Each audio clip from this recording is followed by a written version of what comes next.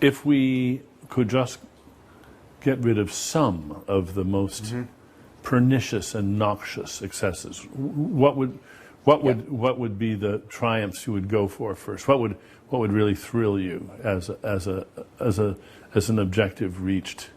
Let's look at Islam, and let's look at Islam as realistically as we can. Is there any remote chance of a reformed, reasonable Islam?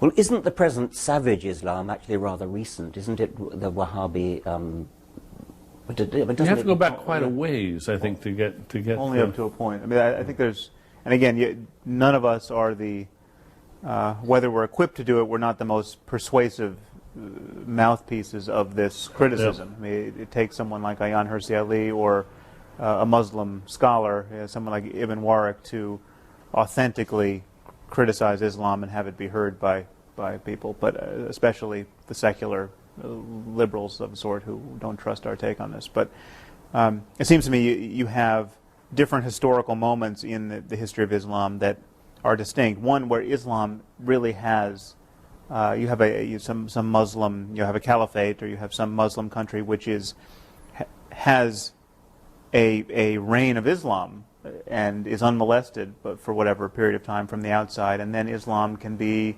as totalitarian and happy with itself as possible, and you don't see the inherent conflict and the inherent liability of its creed. I mean, Samuel Huntington said Islam has bloody borders. It's at the borders that we're noticing this problem, and the borders of Islam and modernity at this moment, the conflict between Islam and modernity. But yes, you can find instances in the history of Islam where people weren't running around waging jihad because they had successfully waged jihad. Yeah. But what about women in that exactly, world? the suffering of women within those borders. Even in the best of times. But there's also there's obviously some kind of syncretism, and we know quite a lot now. There have been some wonderful books, Maria Monaco's book on Andalusia, for example, on periods where Islamic civilization was relatively at peace with its neighbors and doing a lot of work of its own on matters that were not jihadist. And I saw myself during the wars in post-Yugoslavia that the Bosnian Muslims behaved far better than the Christians, either Catholic or Orthodox, and were the victims of religious massacre and not the perpetrators of them, and were the ones who believed the most in multiculturalism. So it can happen. You could even meet people who said they were atheist Muslims or Muslim atheists, or Muslim secularists in Sarajevo. You could, which is a technical impossibility. But the problem is this: whether we think, as I certainly very firmly do believe, that totalitarianism is innate in all religion, because it has to want an absolute, unchallengeable, eternal authority. In all religion, must be so. The creator whose will can't, our comments on his will are unimportant. His will is absolute. It cannot be challenged, and applies after we're dead as well as before we're born. That is the origin of totalitarianism. I think Islam states that in the most alarming way, in that it comes as the third of the monotheisms and says nothing further is required. Right. This is the last. There have been previous words from God, we admit that. We don't claim to be exclusive, but we do claim to be final. There's no need for any further work on this point. And we do claim that there's no distance between theology and civic. In our world, surely the worst thing anyone can say is no further inquiry is needed. Right. You've already got all you need to know. All else is commentary. That's the most sinister and dangerous thing. And that is a claim that Islam makes that others don't quite make in the same way. Well, let me play devil's advocate for a moment on that. There's no refutation of Islam in Christianity or Judaism, but there is in Islam. We accept all the bad bits of Judaism. We love Abraham and his sacrifice of his son, or willingness to sacrifice. We love all that. We absolutely esteem the virgin birth, the most nonsensical bits of Christianity. We think, all that's great. You're all welcome to join, but we have the final word. Right. That's deadly.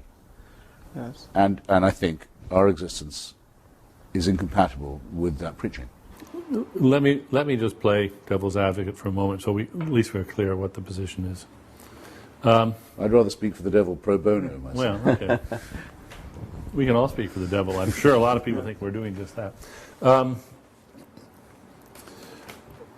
I, for one, think that the fact that something is true is not quite sufficient for spreading it about or for trying to discover it. The idea that there's things we should just not try to find out is an idea that I take seriously. And I think we at least have to examine the proposition that there's such a thing as knowing more than is good for us. Now, if you accept that so far, then a possibility we have to take seriously, even when we reject it, we should reject it having taken it seriously, is the Muslim idea that indeed the West has simply gone way too far, that there is lots of, this is knowledge that's not good for us, it's knowledge that we were better off without, and the fact that many Muslims would like to turn the clock back, they can't, of course. But I have a certain sympathy for a Muslim who says, well, yeah, the cat's out of the bag, it's too late, it's a tragedy. You in the West have exposed truths to yourselves, and now you're forcing them on us, that the species would be better off not knowing. I'm absolutely riveted by what you say. I'd really love an instance, in theory or practice, of something you think we could know but could forbid ourselves to know. Because that is harder for me to imagine a world without faith. Well, you brought up the bell curve. I mean, if there Yes. were reliable differences in intelligences between races or species, but I don't think any of us here do think that that's the case. I mean, I think there must be something.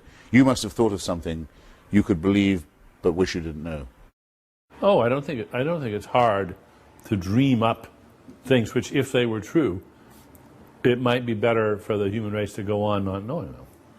But Yeah. could you concretize it just a little more? Yeah. I'm completely fascinated. I mean, the hypothetical is one thing, but Christopher's asking, do you actually, Was there have something you in ever mind? suppressed something? That, No, I haven't. No. Can you imagine yourself doing so, by the way? I mean, I can't. Oh, I can imagine it. I hope it never comes up. well, But- take the synthesizing of bioweapons. I mean, what should nature publish the code for smallpox, where you can just anyone okay. within his exactly. lab can There's all those cook sorts it of up. Oh well, all right, but that wouldn't be a knowledge of which we should remain innocent.